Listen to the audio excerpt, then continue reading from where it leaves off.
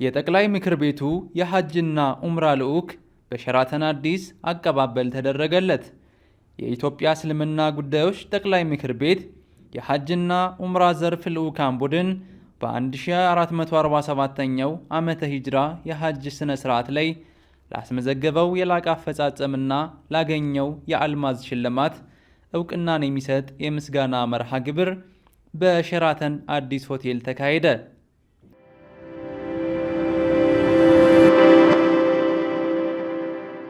አሰላሙ አለይኩም ወራህመቱላሂ ወበረካቱ።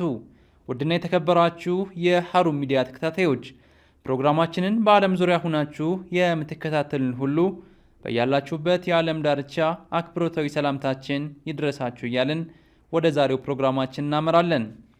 የኢትዮጵያ እስልምና ጉዳዮች ጠቅላይ ምክር ቤት የሐጅና ኡምራ ዘርፍ ልዑካን ቡድን በ1447ኛው ዓመተ ሂጅራ የሐጅ ስነ ስርዓት ላይ ላስመዘገበው የላቀ አፈጻጸምና ላገኘው የአልማዝ ሽልማት እውቅናን የሚሰጥ የምስጋና መርሃ ግብር በሸራተን አዲስ ሆቴል ተካሂዷል።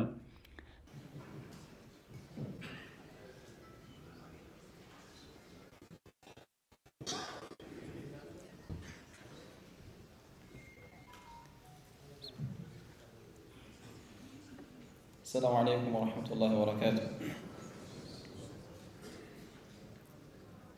أعوذ بالله من الشيطان الرجيم. بسم الله الرحمن الرحيم. إنا فتحنا لك فتحا مبينا ليغفر لك الله ما تقدم من ذنبك وما تأخر ليزدادوا إيمانا مع إيمانهم ولله جنود السماوات والأرض وكان الله عليما حكيما. الحمد لله حمدا كثيرا طيبا مباركا فيه كما يحب ربنا ويرضاه. الصلاة والسلام على رسول الله وعلى آله وصحبه ومن والاه أما بعد. ሙሽር እንግዶቻችን የሐጅ ዘርፎቻችን የተከበራችሁ የክልል ፕሬዝዳንቶች የሥራ አስፈጻሚዎች የተከበራችሁ የመንግስት አካላት የሚዲያ አካላት ክቡራትና ክቡራን እንኳን ለዚህ ትልቅ ሽልማት እንደ ዓለም ላበቃን ጌታ አልሐምዱሊላህ ረቢል ዓለሚን።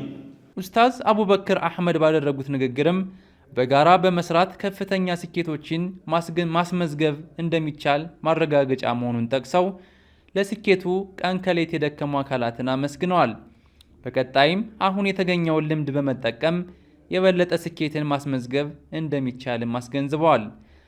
የኢትዮጵያ እስልምና ጉዳይ ጠቅላይ ምክር ቤት ተቀዳሚ ምክትል ፕሬዝዳንት፣ እስልምና ጉዳይ ከፍተኛ የሥራ ኃላፊዎች፣ ፕሬዝዳንቶች፣ የሁሉም ክልል የአዲስ አበባ ሼክ ሱልጣን ሐጂ አማን እንዲሁም ደግሞ የኦሮሚያ ሼክ አሊ ሙክታርና ሌሎችም የክልል ፕሬዝዳንቶች፣ ክቡር ዶክተር ኸይረዲን ተዘራ የሰላም ሚኒስትር ዴታና የሃይማኖቶች ዘርፍ ተጠሪ፣ እዚህ ያላችሁ ሌሎች የክቡር ሚኒስትር ዴታዎች፣ አምባሳደሮች፣ በየደረጃ ያላችሁ የመንግስት የሥራ ኃላፊዎች፣ ሁሉም ፕሮቶኮሎች እንደተጠበቁ ሆነው እንግዲህ በዛሬው ዕለት እዚህ ለመገኘታችን ምክንያት የሆነው እንደ ሀገር በሁሉም ደረጃ በጋራ መስራት ስንችል ኃላፊነታችንን በአግባብ ስንወጣ የምንደርስባቸው መገለጫዎች የሆኑት እንደ ሀገር በሀገራዊ ምርጫ ውጤት ማግስት ዛሬ ደግሞ በእስልምና ጉዳይ ጠቅላይ ምክር ቤት በተሰራው ስራ ላይ ትልቅ ውጤት የተመዘገበበትን ሂደት ነው።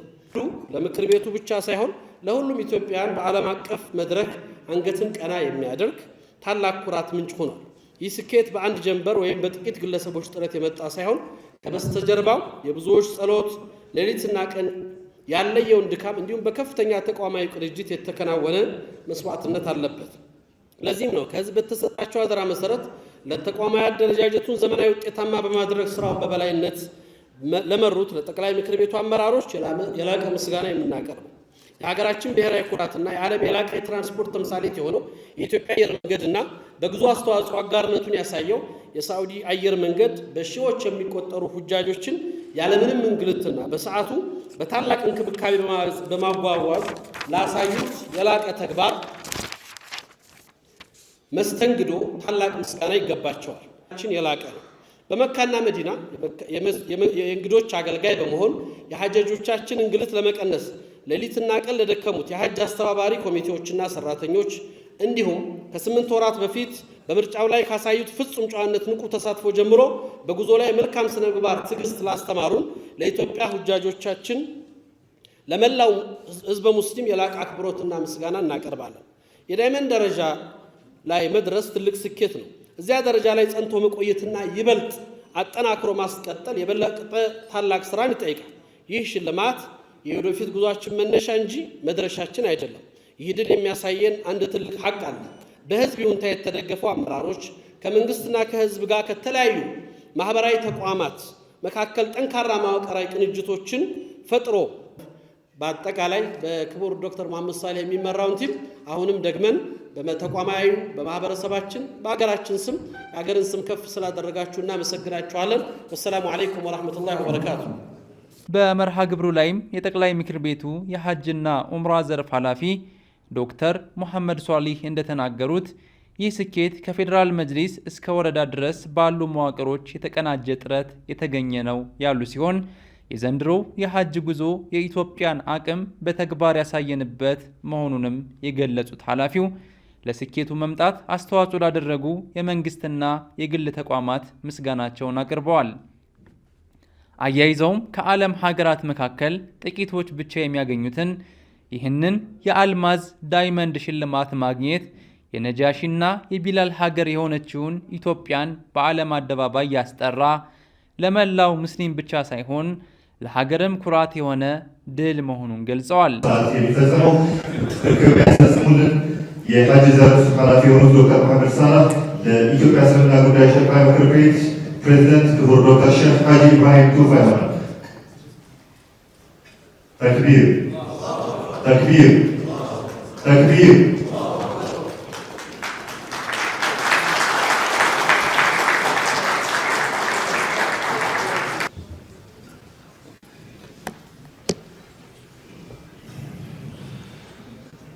بسم الله الرحمن الرحيم. الحمد لله رب العالمين والصلاة والسلام على رسول الله الأمين وعلى آله وأصحابه ومن سار على نهجه واقتفى آثاره واهتدى بهديه إلى يوم الجمع والدين. أصحاب المعالي والفضيلة، أيها الحضور الكرام، إن هذا النجاح هو مسؤولية مضاعفة ودافع. عند وليت ملكت بيتشا بينيا بأمارينيا ما استلالف فقلقالو السوم ሁላችሁም እዚህ ላይ የተገኘናችሁ የተገናኘን ለዚህ ድል አላህ አሳክቶልን ለጃኢዛው እዚህ ቦታ አላህ ሰብስቦን እንድንደሰትና የተሰራውን ስራ ውቅና እንድንሰጥ እዚህ ያገናኘን አላህ አልሐምዱሊላህ ረቢል ዓለሚን። ጀዛኩሙላሁ ኸይረን ላችሁ ፈልጋለሁ። ወሰላሙ አለይኩም ወረሕመቱላሂ ወበረካቱሁ።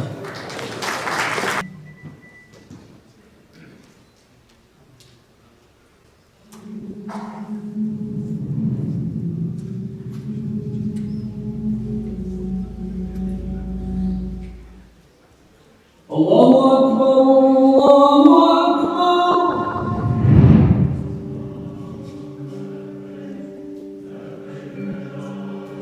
ከእስልምና አምስቱ መሰረቶች አንዱ የሆነው ሐጅ የልብ ናፍቆትና የነፍስ ጥሪ ነው። ነጭ የኢሕራም ልብስን ለብሶ የዱንያን ጌጥ ትቶ የኃጢአትን ሸክም በአረፋ ሜዳ ላይ አራግፎ ነፍስ ከፈጣሪዋ ጋር ዳግም ቃል ኪዳን የምታድስበት ወደር የሌለው መንፈሳዊ ቀጠሮ።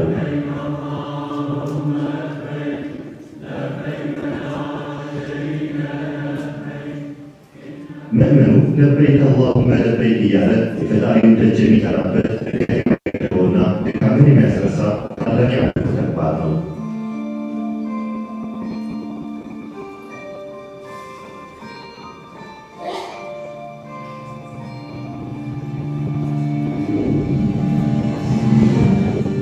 በእስልምና ታሪክ ማህደር ውስጥ ኢትዮጵያ ስሟ በወርቅ ቀለም ከደመቁት የዓለም ሀገራት ግንባር ቀደማ ናት። ያኔ በጨለማው ዘመን የአረቢያ ምድር ለእስልምናና ለሙስሊሞች ምድሪቱ ስትጠብቋቸው ፍትሐዊ ንጉሥ ወዳለበት አገር ሂዱ የሚለው የነቢዩ ሙሐመድ ሰለላሁ ዐለይሂ ወሰለም ቃል ሲታወጅ እጆቿ ዘርግታ የተቀበለች የሰላም እናት ናት ኢትዮጵያ።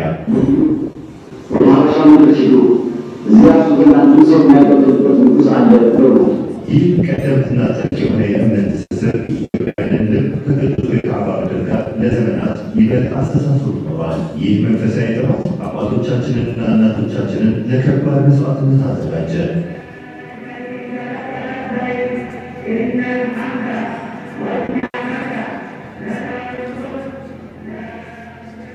የጥንቱ የሀጅ ጉዞ ዛሬ በምናየው ምቾት የታጀበ ነበር። ሞትን በጀግንነት የመጋፈጥ ነበር። ከዘመናት በፊት ኢትዮጵያውያን ምዕመናን ይህንን የእምነት ግዴታ ለመወጣት ኑዛዜ ጽፈው ንብረት አከፋፍሎ ነበር ከቤታቸው የሚወጡት። ከተመለስን በምድር ከቀረን በአኼራ እንገናኛለን በሚል ቁርጠኝነት ስንብት አውራ ጎዳና ሳይኖር ዱር ቤቴ ብለው በረሃና ጋራ ሸንተረር አቋርጠው በእግራቸው ይጓዙ ነበር። በዚህ እሾሃማና አድካሚ ጉዞ ብዙዎች በውሃ ተማረው በዱር አራዊት ተበልተው በሽፍታ እየተዘረፉ አንዳንዴም ማለቂያ በሌለው በረሃ መንገድ ጠፍቷቸው በአሸዋ እየተዋጡ ቀይ ባህርን በትንሽ ጀልባ ለማቋረጥ ሲሞክሩ ማዕበል የበላቸው ምዕመናን የትየለሌ ናቸው። ይህ በመስዋዕትነት የተጻፈ ታሪክ የኢትዮጵያውያን የሀጅ ጉዞና ትስስር ምን ያህል የጸደቀ እንደሆነ ሕያው ምስክር ነው። ጊዜ ነጎደ። ዓለም በቴክኖሎጂ ተራመደች። የሀጅ ጉዞ ከእግር ተነስቶ በመኪና ወደ ምጽዋ፣ በርበራና ታጆራ ወደቦች ከዚያም በጀልባ ባህር አቋርጦ ወደ መጓዝ ተሸጋገረ። ውሎ አድሮ ደግሞ የአቪዬሽን ቴክኖሎጂ መጥቶ የሰማዩ መንገድ ሲከፈት ወራት የሚፈጀው ጉዞ በሰዓታት ተተካ። ነገሮች አልጋ ባልጋ የሆኑ መሰሉ። ሆኖም ግን ዘመኑ ቢቀየርም የሀጅ መስተንግዷችን ከዘመኑ ጋር አብሮ ሊዘምን አልቻለም። ለአስርት ዓመታት ኢትዮጵያዊ ሁጃጅ የሚከፍለው መስዋዕትነትና የሚያገኘው አገልግሎት ሆድና ጀርባ ሆኑ ቆዩ። ለምዝገባ መንገላታት፣ አየር ማረፊያ ላይ ወለል ላይ መተኛት፣ መካና መዲና ማረፊያ መጣት የተለመደ ሆነ። ይህ እንግልት የሀገራችንን ገጽታ ከማበላሸቱ በላይ የሳውዲ አረቢያ የሀጅ ሚኒስቴር ኢትዮጵያን በጥቁር መስቀል ውስጥ ወይም ብላክ ሊስት ውስጥ እንድትገባ አደረጋት። አገሪቱ የተሰጣትን የ41 ሺህ ኮታ እንኳን አሟልታ መጠቀም ተስኗት ህዝብ አቅም እያለው በስርዓት ማጣት ምክንያት የሀጅ ጉዞ የፈተና ረንቋ ቆየ። እንደ እውነቱ ከሆነ የቀደመው እንግልት የሚጀምረው አውሮፕላን ማረፊያ ወይም ሳውዲ አረቢያ ከደረሱ በኋላ ነበር። ገና ከእናት ሀገር ከምዝገባ ሂደት ላይ ነበር። በቀደሙት ጊዜያት የሀጅ ምዝገባ የሚከናወነው በአዲስ አበባው የጠቅላይ ምክር ቤቱ ጽሕፈት ቤት ቅጥር ግቢ ውስጥ ብቻ ነበር። በዚህ ምክንያት ከመላው ሀገሪቱ ሀጅ ለመጓዝ የሚመጡ ምዕመናን ግቢውን ያጨናንቁ ነበር።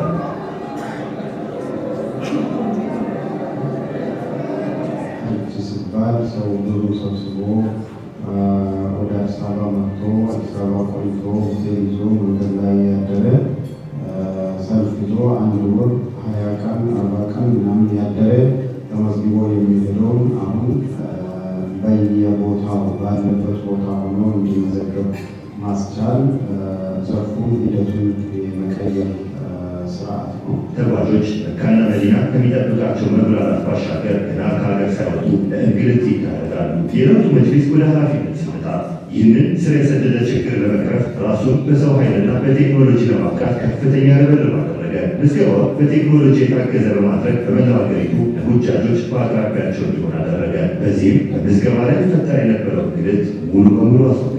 ይህ የመጅሊሱ የቴክኖሎጂና የሰው ኃይል ዝግጅት ባይኖር የሀገራችን የሀጅ መስተንግዶ ዕጣ ፈንታ እጅግ አደገኛ ሁኔታ ውስጥ ወድቅ ነበር። ምክንያቱም የሳዑዲ የሀጅ ሚኒስቴር ከጊዜ ወደ ጊዜ አሰራሩ እጅግ እያጠበቀ ከምዝገባ እስከ ጤናና መስተንግዶ ጥብቅ ማሻሻያዎችን እያደረገ መጥቷል። መጅሊሱ ራሱን በአጭር ጊዜ ብቁ ማድረግ ባይችል ኖሮ ሂደቱ ከቀደመው ጊዜ ይበልጥ ተወሳስቦ እንግልቱን ማስተካከል ወደማይቻልበት ደረጃ መድረሱ አይቀሬ ነበር። በተለይ ደግሞ የዘንድሮ ዓመት እጅግ ፈታኝ ከሚባሉት ውስጥ ይጠቀሳል። የሳዑዲ የሀጅ ሚኒስቴር ባወረደው ጥብቅ መመሪያ መሰረት የዘንድሮ የሀጅ ምዝገባ ከሌሎች ዓመታት በተለየ በ2 ወራት አስቀድሞ ይኸውም በሻዕባን 15 ሙሉ በሙሉ እንዲጠናቀቅ ተወሰነ። ለወትሮ ሀጅ ሲቃረብ ገንዘቡን ማዘጋጀትና መመዝገብ ለለመደው አማኝ ይህን ያህል ጊዜ አስቀድሞ መመዝገብ ከባድ ፈተና ነበር። ነገር ግን መጅሊሱ ይህንን አዲስ አሰራር በቁርጠኝነት በማስፈጸም ምዝገባውን በተያዘለት ጊዜ አጠናቀቀ። የሳውዲ አረቢያን መመሪያ ማክበሩና ስራዎችን በብቃት መወጣቱ ስኬታማ አደረገው። እንግልት አልባ ሀጅ የሚል ራዕይ ሰንቆ ሌት ተቀን ያለ እረፍት በመስራት ከጥቁር መዝገብ በመውጣት ጥቂት የዓለም ሀገራት ብቻ ወዳሳኩት የአልማዝ ደረጃ ወይም የዓመት አዋጅ ሽልማት ማማ ላይ ለመድረስ በቃ። አልሐምዱሊላህ ረቢል ዓለሚን። ኢትዮጵያ ከፍ ብላለች። ኢትዮጵያ መስሎ ነጃሺ ሀገር ከፍ ብለዋል። የዘንድሮውን የሐጅ ጉዞ ስንመለከት ይህ ለውጥ በተግባር ምን እንደሚመስል በሚገባ መገንዘብ ይቻላል። የዘንድሮቹ ተጓዦች ፊት ላይ የሚነበበው የደስታ እንባ፣ የእርካታ ፈገግታና የሰላም ገጽታ የዚህ ታላቅ ስራ የማመሰግን ነው።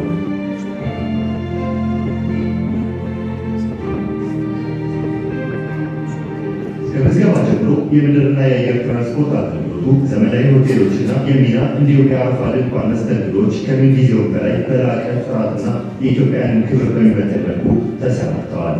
ሁጃጁ ያለምንም የስነ ልቦና ጫና ሙሉ ትኩረቱን አምልኮቱ ላይ ብቻ እንዲያደርግ ምቹ ሁኔታ ለመፍጠር ከፍተኛ ስራ ተሰርተዋል። ይህ አንጸባራቂ ስኬትና የተደረሰበት ታሪካዊ ምዕራፍ ግን የዘንድሮ ዓመት ጉዞ ማሳረጊያ እንጂ የስራ ማብቂያ አይደለም። አዎ ጠቅላይ ምክር ቤቱ በለውጥ ላይ ይገኛል። የሐጅ አገልግሎቱ ከቀደመው ጊዜ በእጅጉ ዘግቷል። አሁን መስተንግዶ ከችግር የጸዳ 100% አልጋ ባልጋ የሆነ ስርዓት ላይ ተደርሷል ማለት አይደለም። ከተጓዡ ቁጥር መጨመር ጋር ተያይዞ የሚመጡ ሎጂስቲካዊ ጫናዎች፣ የቦታውን ሙሉ በሙሉ መጠቀም ላይ ያሉ ተግዳሮቶች እንዲሁም አሁንም መታረም ያለባቸው ጥቃቅን የአሰራርና የአገልግሎት ክፍተቶች እንዳሉ መጅሊሱ በሚገባ እንደሚገነዘብ የተቋሙ አመራሮች ይገልጻሉ። እነዚህም ቀሪ ማነቆች በመቅረፍ ተቋማዊ አሰራሩ ይበልጥ ለማዘመንና የተጓዡን ቁጥር አሁን ካለበት በብዙ እጥፍ ለማሳደግ አመራሩ ከምንጊዜው በላይ ሌት ተቀን በትጋት መስራት እንደሚቀጥል አረጋግጠዋል።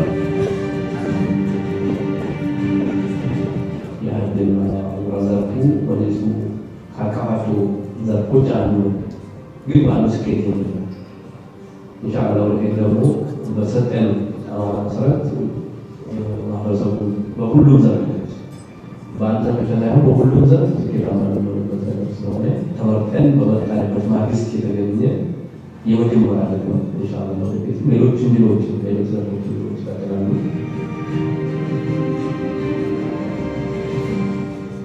ለዚህ ታሪካዊና አንጸባራቂ አልማዝ ድል መሳካት የየድርሻቸውን ለተወጡ ሁሉ አላህ ምንዳቸውን ይክፈላቸው። ሌት ተቀን እንቅልፍ አጥተው የህዝቡን ብሶት ለመፍታት ላብና ወዛቸውን ላፈሰሱ በሙሉ ከፍተኛ ክብርና ምስጋና ይገባቸዋል። እንዲሁም ለዘመናት በትዕግስት ሲጠብቅ የነበረው በአመራሩ ላይ እምነት ጥሎ በሀሳብ በሞራልና በአብሮነት ከጎኑ ለቆመው እንደ ኢትዮጵያ ህዝበ ሙስሊም ላቅ ያለ ምስጋና ይገባዋል። በአላህ ሱብሓነሁ ወተዓላ እገዛ መሳካት የቻለው ይህ ድል የሁሉም የጋራ ስኬት ነው። ሆኖም የኢትዮጵያ ሁጃጆች እዚህም በላይ ይገባቸዋልና የተሻለ ስራ የመስራት ሂደቱ ይቀጥላል። ዛሬ ጠቅላይ ምክር ቤቱ የአልማዝ ደረጃ ነው የሚባል ነገ ደግሞ ከዚህ የላቀ እንከን አልባና በዓለም አቀፍ ደረጃ በሞዴልነት የሚጠቀስ ዘመናዊ የሐጅ አገልግሎት ለመገንባት የተጀመሩ ስራዎች ተጠናክረው እንዲቀጥሉ ዱዓችን ነው። አላህ ጉዞውን ሁሉ የተቃና ለተጓዦችም ተቀባይነት ያለው ሐጅ አድርግልን። አሚን።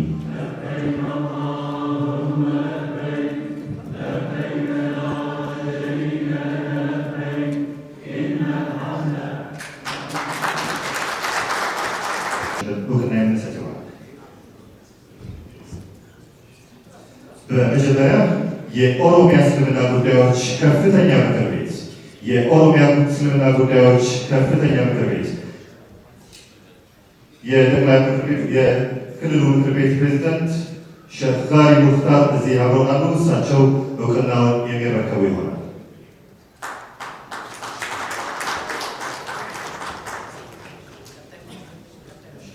በመቀጠል የሶማሌ ክልል እስልምና ጉዳዮች ከፍተኛ ምክር ቤት የሶማሌ ክልል እስልምና ጉዳዮች ከፍተኛ ምክር ቤት የሶማሌ ክልል እስልምና ጉዳዮች ከፍተኛ ምክር ቤት ፕሬዝዳንት እየመጡ ይገኛሉ።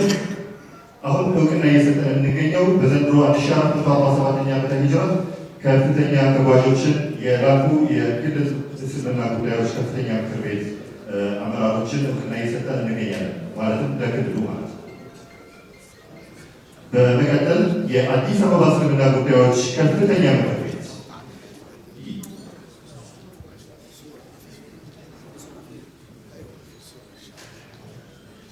የአዲስ አበባ እስልምና ጉዳዮች ከፍተኛ ምክር ቤት ፕሬዝዳንት ሼህ ሱልጣን ሐጂ ሐሰን ኤባ ወደ መድረኩ እየመጡ ይገኛሉ። ሽልማቱን የአዲስ አበባ እስልምና ጉዳዮች ከፍተኛ ምክር ቤት የተሰጠ። በመቀጠል ልዩ ተሸላሚ ሆነው የቤንሻንጉል ጉሙዝ እስልምና ጉዳዮች ከፍተኛ ምክር ቤት እነዚህም በዘንድሮ ዓመት ከተሰጣቸው ኮታ 93 በመቶ በማስመዝገብ ለፈጸሙት ስኬት ነው እውቅና የሚሰጠው። አዲስ አበባ እስልምና ጉዳዮች ከፍተኛ ምክር ቤት ከፍተኛ ተጓዦችን በመላክ በዘንድሮ ዓመት ከፍተኛውን ቁጥር የያዘው ነው።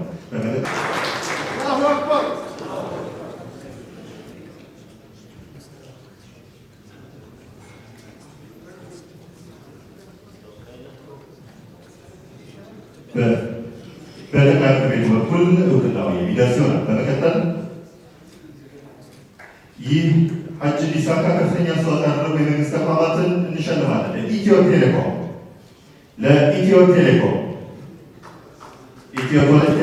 ተወካይ ወደ መድረኩ እየመጣ ይገኛል።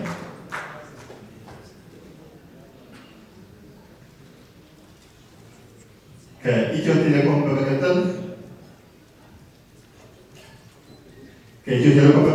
የኢንፎርሜሽን መረብ ደህንነት አስተዳደር የመንግስት ተቋማትን ነው በተከታታይነት እውቅና የምንሰጠው። የ1447ኛ ዓመተ ሂጅራ የሐጅ መስተንግዶ ስኬታማ እንዲሆን ከፍተኛ አስተዋጽኦ ካደረጉ ተቋማት መካከል አንዱ ነው። በመቀጠል የኢፌድሪ ጉምሩክ ኮሚሽን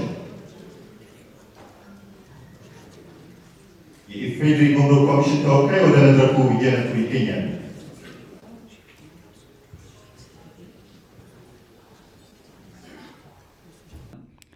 የሰላም ሚኒስቴር ዴኤታ ዶክተር ኸይረዲን ተዘራ በበኩላቸው ሽልማቱ ላለፈው ስኬት ማረጋገጫ ብቻ ሳይሆን ለቀጣይ ስራዎች ትልቅ መነሳሻ መሆኑን ጠቁመዋል።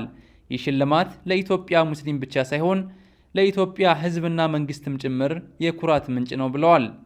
ኡስታዝ አቡበክር አህመድ ባደረጉት ንግግርም በጋራ በመስራት ከፍተኛ ስኬቶችን ማስመዝገብ እንደሚቻል ማረጋገጫ መሆኑን ጠቅሰው ለስኬቱ ቀን ከሌት የደከሙ አካላትን አመስግነዋል። በቀጣይም አሁን የተገኘውን ልምድ በመጠቀም የበለጠ ስኬትን ማስመዝገብ እንደሚቻልም አስገንዝበዋል።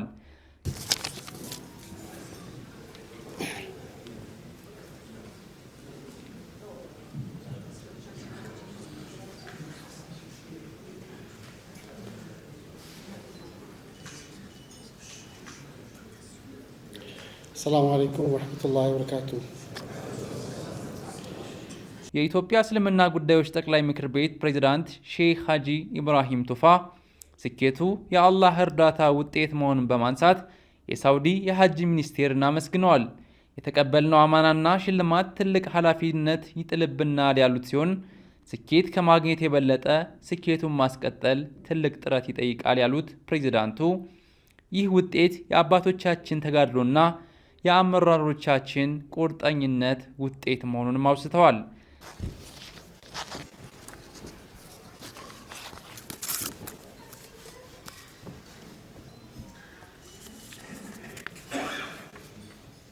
بسم الله الرحمن الرحيم. الحمد لله رب العالمين القائل في كتابه الكريم وأذن في الناس بالحج يأتوك رجالا وعلى كل ضامر يأتينا من كل فج عميق. والصلاة والسلام على المبعوث رحمة للعالمين سيدنا محمد سيد الأولين والآخرين وعلى آله وصحبه أجمعين. صاحب الفضيلة شيخ عبد الكريم شيخ بدر الدين النائب الأول لرئيس مجلس الأعلى للشؤون الإسلامية. صاحب الفضيلة السيد محمد إدريس وزير السلام في إثيوبيا ونائبه دكتور خيرالدين تزرع وكل الوزراء. صاحب المعالي صاحب السعادة الأساتذة العلماء السماحة فضيلة الدكتور جيلان خضير جمالات. أصحاب المعالي والسعادة الأستاذ عبد الله بن حسين الظهراني سفير مملكة العربية السعودية لدى إثيوبيا. صحاب السعادة والسماحة والفضيلة والمعالي السفراء،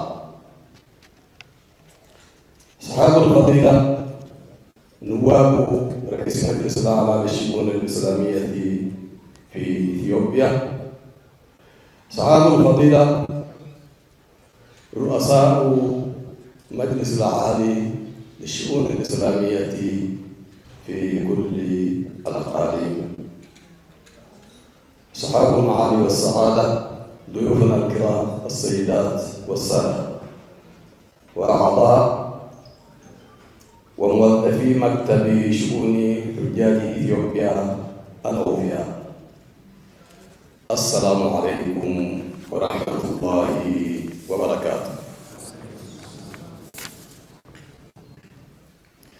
بمشاعر مفعمة بالفخر والاعتزاز ونفوس تهج بالشكر والثناء لله سبحانه وتعالى، نلتقي اليوم في هذا الحفل المبارك لنحتفي بإنجاز تاريخي غير مسبوق في تاريخ مسلمي إثيوبيا، ألا وهو إيش؟ ألا وهو حصول وإيجاد أرقى وأعلى وأفضل ألماس بجائزة مباركة في المملكة السعودية المباركة. ضيوفنا الأعزاء،